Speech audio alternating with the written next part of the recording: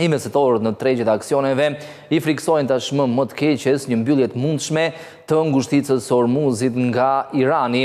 Përgjatë fundjavës, parlamenti iranian votoi për mbylljes së ngushticës, por tashmë do të jenë instanca të tjera të cilat do të vendosin për mbylljen ose jo të kësaj nyje tepër strategjike për sa I përket qarkullimit të mallrave në mënyrë të veçantë të naftës në gjirin e Hormuzit.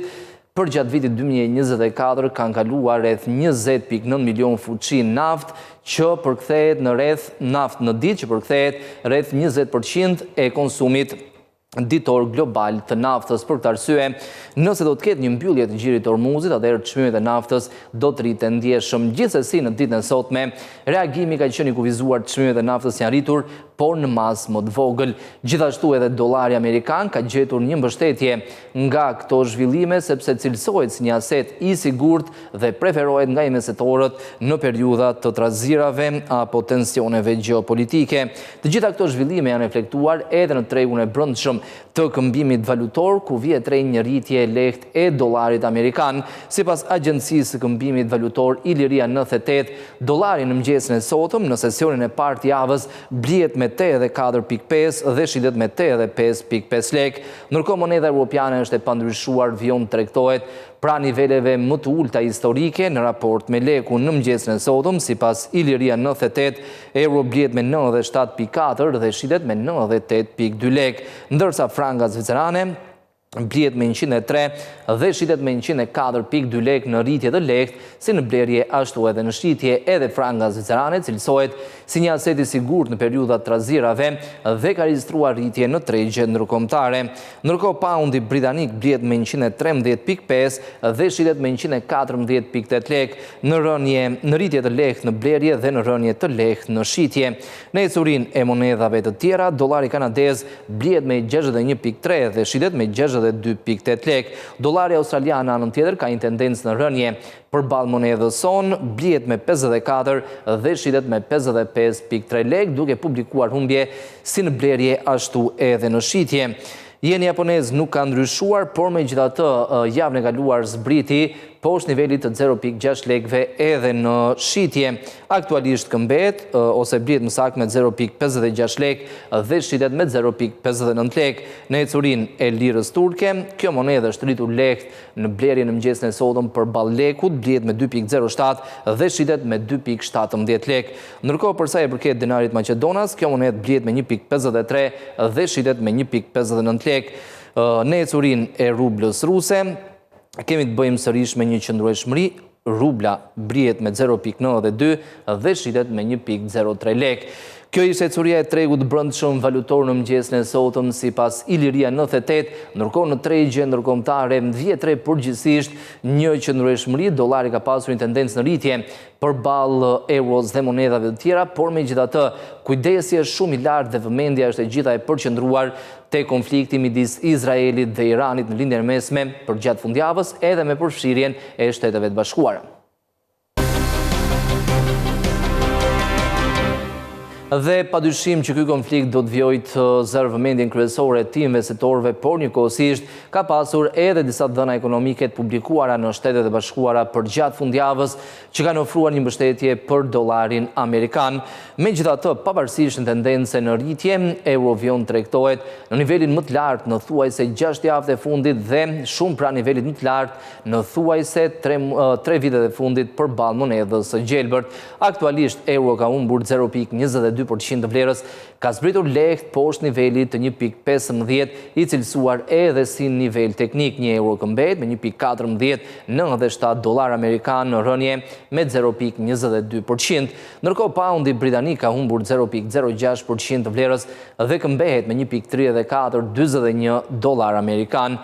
Një ndryshim të vogël ka edhe dollari përballë frangës në rënje me 0.07%, këmbehet me 0.8168 franga. Dollari australian ka humbur 0.43% të vlerës përballë dollarit amerikan, duke kryesuar humbjet edhe në sesionin e sotëm. Kjo monedhë këmbehet me 0.6422 dollar amerikan. Dollari kanadez është në rënje me 0.14%, këmbet me 0,72, $69 amerikan dhe në raport me jenin, dolari është rritur ndjeshëm me 0,79% të vlerës, realizon fitimet më të mëdha dhe këmbehet me 147,23 jen mesatarisht. Ndërkohë në tregun e kriptomonedhave vjet re një tendencë në rritje të konsiderueshme në sesionin e sotëm, por për gjatë fundjavës u vure gjithashtu një rënje konsiderueshme me njërë pas sulmeve të Shteteve të Bashkuara ndaj Iranit.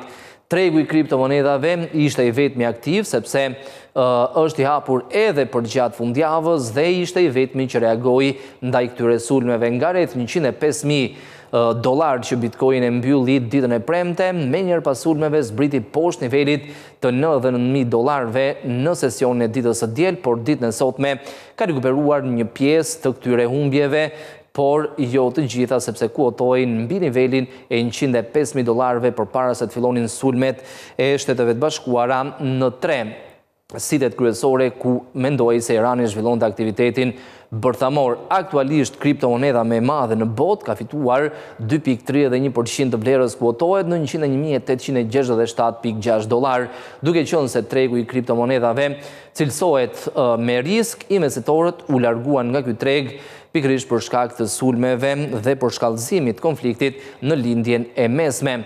Edhe Ethereum është rritur me 3,13% të vlerës, kuotohet në $2,256,82, ndërkohë për gjatë fundjavës Ethereum humbi rreth $300 në tregtimin e tij, Ripple në rritje me 2,75%, kuotohet në $2,0243, Litecoin ka fituar 3,22% të vlerës, këmbet me $81 dhe Bitcoin Cash është rritur lehtë me 2,33% dhe kuotohet në $453,23 për çdo njësi Bitcoin Cash të tregtuar.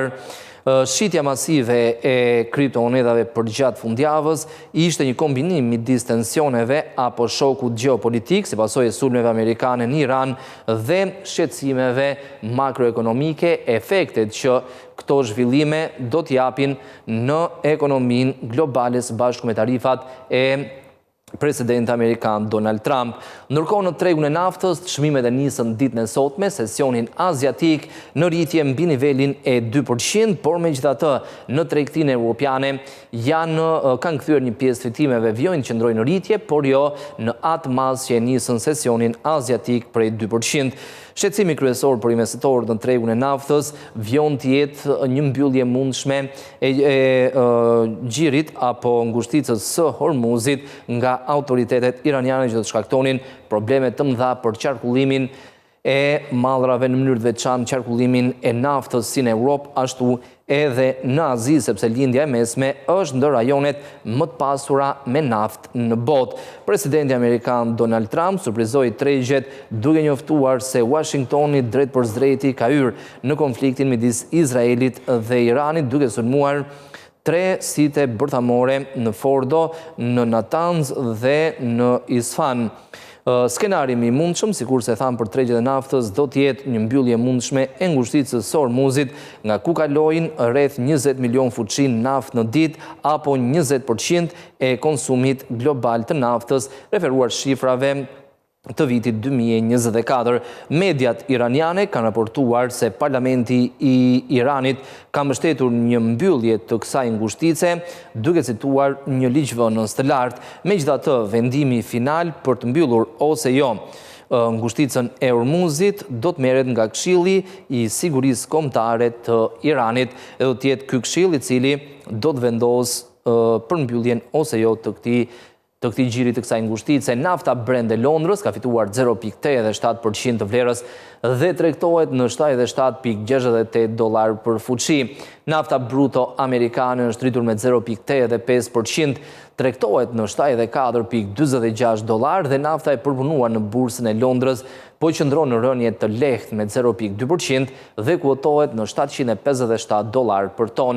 Të paktën deri në këto momente nuk është efektuar një rritje ndjeshme të çmimeve të naftës si pasojë e sulmeve amerikane në Iran, sikurse mendoi gjerësisht nga analistët dhe investitorët, por efekti ka qenë i kufizuar në rritje, sikurse mund ta shohim me vetëm 0,8%. Dhe nëse do të ketë një rritje të ndjeshme të çmimeve, mund të jetë një arsye akoma më e madhe, sikurse sigur se thamë, mbyllje e ngushticës së Hormuzit, apo një përshkallëzim i mëtejshëm i konfliktit në lindjen e mesme dhe përfshirjen e vendeve të tjera. Sipas analistëve, këta dy skenar do të shkaktonin një rritje të ndjeshme të çmimeve dhe efekti deritanishëm i sulmeve ka qenë mjaft i kufizuar në një rritje normale të çmimeve. Do të shohim gjithashtu edhe ecurinë e çmimeve të metaleve të çmuara në sesionin e parë të javës, ku vjet re një rënje me 0,41% e arit dhe një rritje e lehtë e argjendit dhe e platinit. Edhe mesetorët në tregun e metaleve të çmuara do të vjojnë të jenë fokusuar tek zhvillimet që kanë të bëjnë me lindjen e mesme dhe me kundërpërgjigjen e Teheranit ndaj këtyre sulmeve, sepse sigur se deklaruan edhe zyrtarët do të ketë një hakmarrje. Ari tregtohet në $3.371 për oncë në rënje me 0,41%. Argjendi ka fituar 0,26% të vlerës, kuotohet në $36.11 dhe platini është rritur me 0,06%, kuotohet në $1.265.2 për oncë. Ndërkohë në tregun e aksioneve, bursat europiane po qëndrojnë në rënje, por në rënje të lehtë. Edhe në këtë rast, në tregun e aksioneve, efektet e përfshirjes së Shteteve të Bashkuara në konfliktin Izrael-Iran kanë qenë të kufizuara dhe rënja është më se normale. FTSE 100 i Londrës dhe DAX i Gjermanisë kanë humbur 0,14 dhe 0,21%, CAC 40 i Parisit dhe indeksi i Zyriut SMI kanë rënë me 0,37 dhe 0,17%, FTSE MIB i Milanos ka humbur 0,76% të vlerës. Pra, është një rënje normale edhe në tregjet e aksioneve dhe efekti edhe në këtë treg është i kufizuar. Ndërkohë në ecurinë e tre indekseve kryesore në Wall Street në sesionin e ditës premte të javës kaluar, kemi të bëjmë me ndryshime shumë të vogla dhe vlerat janë përpara se Shtetet e Bashkuara të sulmonin 3 pikat kryesore bërthamore të Iranit. Dow Jones e ka mbyllur të premte në rritje të lehtë me 0,08%, Standard & Poor's 500 dhe Nasdaq kanë humbur 0,51 dhe 0,22% të vlerës. Do të shohim gjithashtu edhe ecurinë e korporatave të listuara në bursën e Frankfurtit në Gjermani, ku Heidelberg Materials ka fituar 0,65%, RV, Infineon, Fresenius dhe Continental janë rritur nga 0,32 deri në 0,63%.